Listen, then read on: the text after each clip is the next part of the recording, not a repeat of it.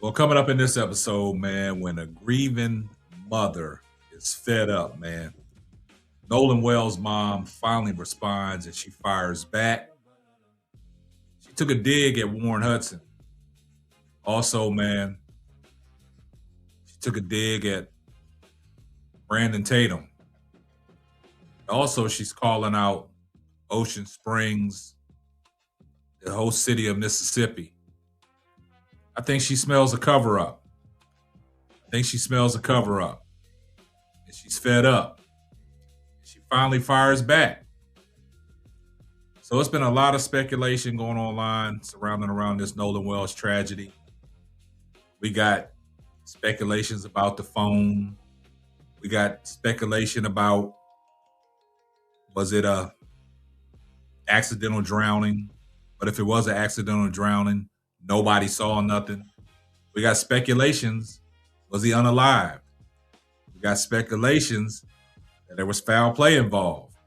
We got a lot of narratives that have been coming out about this Nolan Wells tragedy.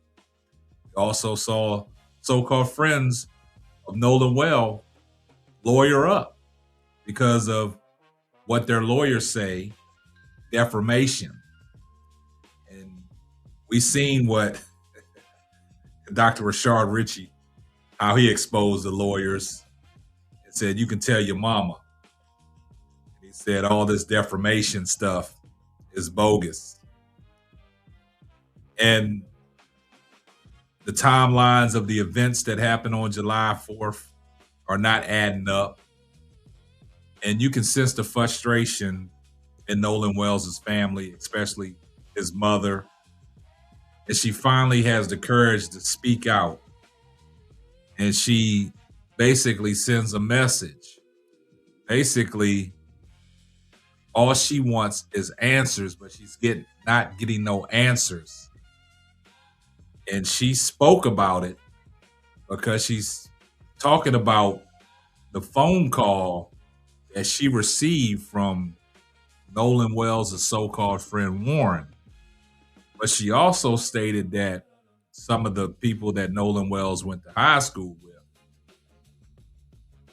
and she named some particular ones that was Nolan Wells' friends, taking a dig at these so-called friends that basically she's saying they was not Nolan's friends. So Nolan Wells' mom is fed up, and she had a lot to say. And basically, she feels that this is a cover-up because of everything that she had to go through when she had to report her son missing. But before we get off into what Nolan Wells' mother said, y'all do me a favor. Like, comment, and subscribe on the video. And she said things plain and clear so you can understand it. And I want y'all guys to pay attention because, oh man, she took some shots at Warren. She took some shots about the phone call she received. And also pissed off about the Ocean Springs, pissed off about the city of Mississippi, state of Mississippi, I mean. She let them have it. So we're going to sit and listen to what Nolan Wells' mom said. Pay attention. First grade, they've known each other all through high school now that they're graduated. And that would be like Jalen and Javon, LeBaron. Those are kids that we knew. You hear that, right? So it's been hard seeing Jalen all this and kind of Javon, play out. Nolan's friends. And, these are people that he considered friends. Yes. Thanks. Dad, I want to ask you, because it was Warren Hudson, one of the people that he traveled with, who called to alert you all that Nolan was missing. Yes. So we know at 5:44, the boat returns, Nolan is not there. At 11 p.m., he calls to say Nolan is missing. I wonder if either of you, whoever wants to answer, what happened in those few hours that prompted Warren to be concerned? I'm not quite sure what would prompt him to be concerned, but all I can say is what I did that day. So, me and my sister, we made an order of pancit, which is a Filipino noodle dish for one of our friends. They were having a big family get together, and we really didn't have anything planned for the 4th. So me and my sister are, cleaning up, and this is about 8. And she's like, hey, Nolan hasn't texted us. And that was the thing. Nolan was really big with communication with us, right? And so I call him, doesn't answer. I end the call. Call back, and this is probably, I think, maybe around 8. Don't quote me on the times, guys. Mm-hmm. So then I call again later around 8, still no answer. And then I want to say I called one more time, and I think that was at 10:48. So I'm in the kitchen, my phone rings. Now this is probably early 11 o'clock, somewhere around there. Phone rings when I make it back to the phone, and I'm like, whose number is this? Because, we get weird phone calls sometimes. They didn't leave a message. Number pops back up. I pick up the phone because it says maybe Warren. And I'm like, Warren? So this is 11:07. That's per my cell phone records. So I answered the phone, and he's like, hey, Miss Christine, have you seen or talked to Nolan? I said, no. Why? He should be with you guys.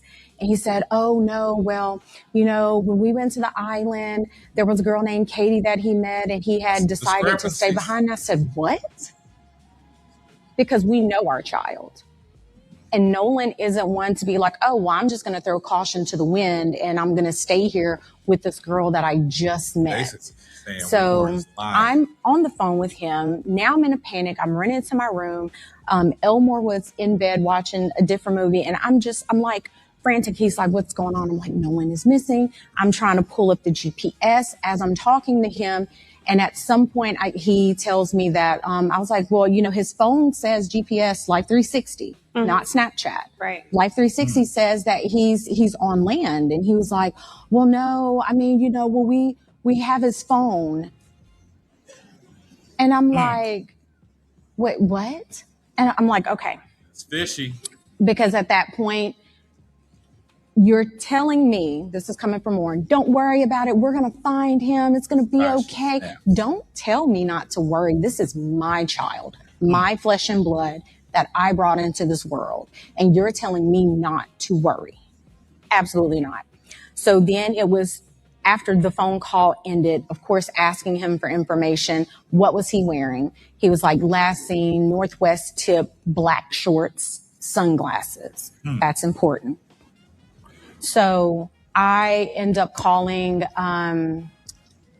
DMR, spoke with the DMR. She took all Just for our audience, DMR. So DMR is because he went missing on the island. They are basically the marine people, right?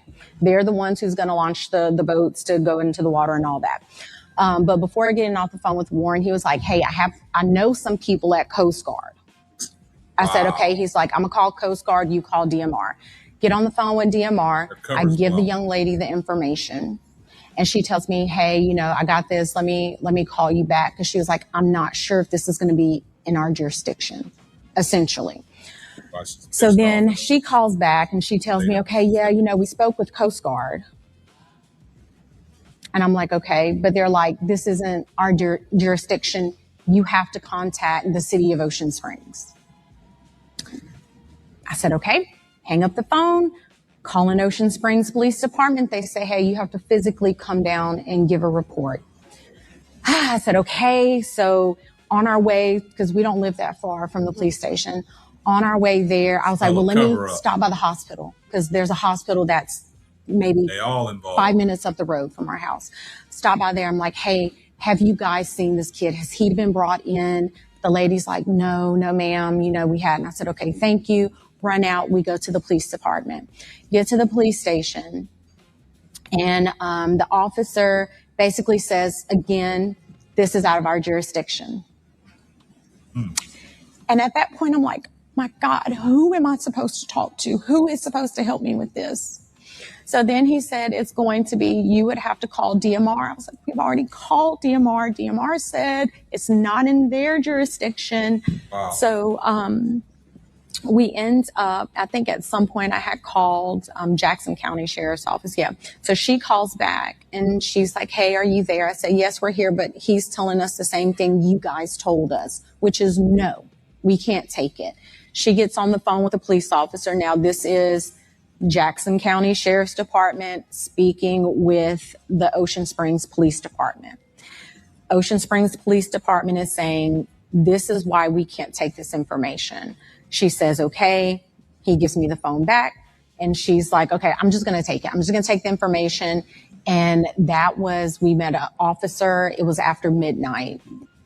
Right? Yeah, it was somewhere after midnight. Met him in the McDonald's parking lot, gave him the information. He was just like, okay, thanks. That I was like, like, where is the urgency?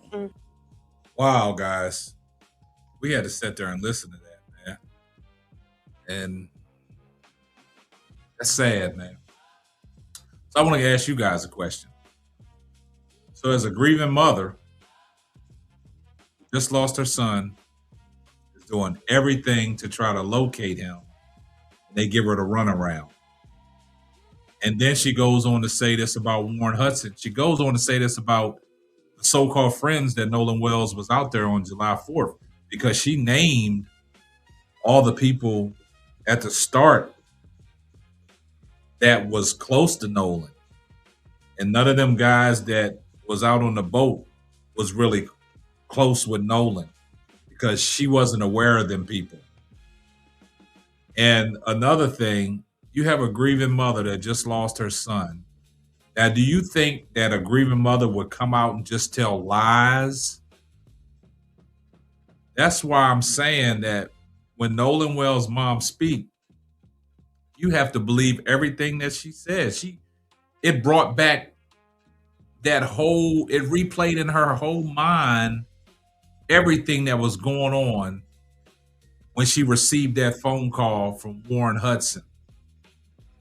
And now that she has to sit down and talk about it, she articulated that the best way she could, because of the fact that she's in her grieving stage. She's trying to process this. She just wants answers. She just wants to know what happened to her baby. Just like she told Warren, how you going to tell me not to worry? I birthed this kid. I brought him into this world. And for you to sit there and tell me don't worry about it, we're going to find him. Things just are starting to get real cloudy and fishy on this whole ordeal. From the interviews with Officer Tatum.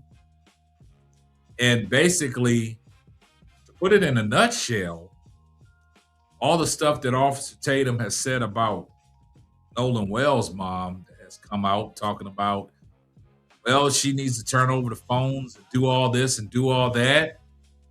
I'll go look at Trent Out Loud's video discussing the phone thing. New details have come out now. And in a nutshell, the way she's basically conducted that interview, she's basically saying that Brandon Tatum could be in cahoots with all of them, the lawyers, kids, and all. Because he went out there and did his own investigation. Now, further on into the interview, the father, he went out on the boats, but he just wasn't so sure that, like, nah, man, my son ain't out on this water, man. He's somewhere on land. He's somewhere. And this is where this phone issue is sketchy. But she didn't say nothing about TikTok or Snapchat. She said Life 360. Because on Snapchat, in order for somebody to get your location, you have to be active in that app for them locations to turn on. And that's how one of Nolan Wells' real friends, mom, went and showed up at Warren and them's place and got the phone, because evidently they was in the Snapchat application and it pinged that location to where they was at. And she went and confiscated the phone. So this stuff is slicey and dicey, but I'm glad that Nolan Wells' mom spoke out, man. I'm glad that she got a chance to get her point across, man. Man, y'all get down in that comment section, man. The way things are starting to spiral out of control, man. Do y'all really believe this might be a cover up? Y'all get down in the comment section. I see everyone in the comment section, hashtag salute. Make sure you like, comment, and subscribe, and turn on your post notifications so you know every time I drop a hot banger. Oh yeah, just in case I forgot, tell a friend to tell a friend. It might not be for you, but it might be for them. And that will wrap up another episode of the Simply Ball Dropping Podcast. I'm your host and the man behind the mic, K-Sap. Catch you on the next one. Deuces.